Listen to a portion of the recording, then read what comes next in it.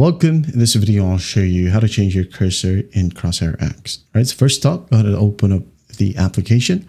And once done, just go ahead and find a specific cursor that you wanted to use as your Windows cursor. Okay, so let's say, for example, I'm just going to go ahead and go to community right here. Then I'm going to go ahead and pick maybe this one.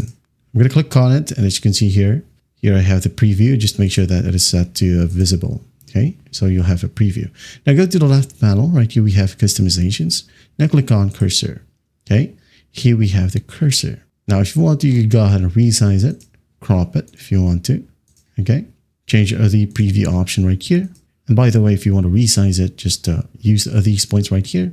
Just drag it like so. If you don't want to show the hotspot preview, just untick it. This will be your mouse pointer. So just go ahead and click on apply cursor setting. But if you want to as well, you can go ahead and click on the drop down right here and change this one to just normal select or maybe help select.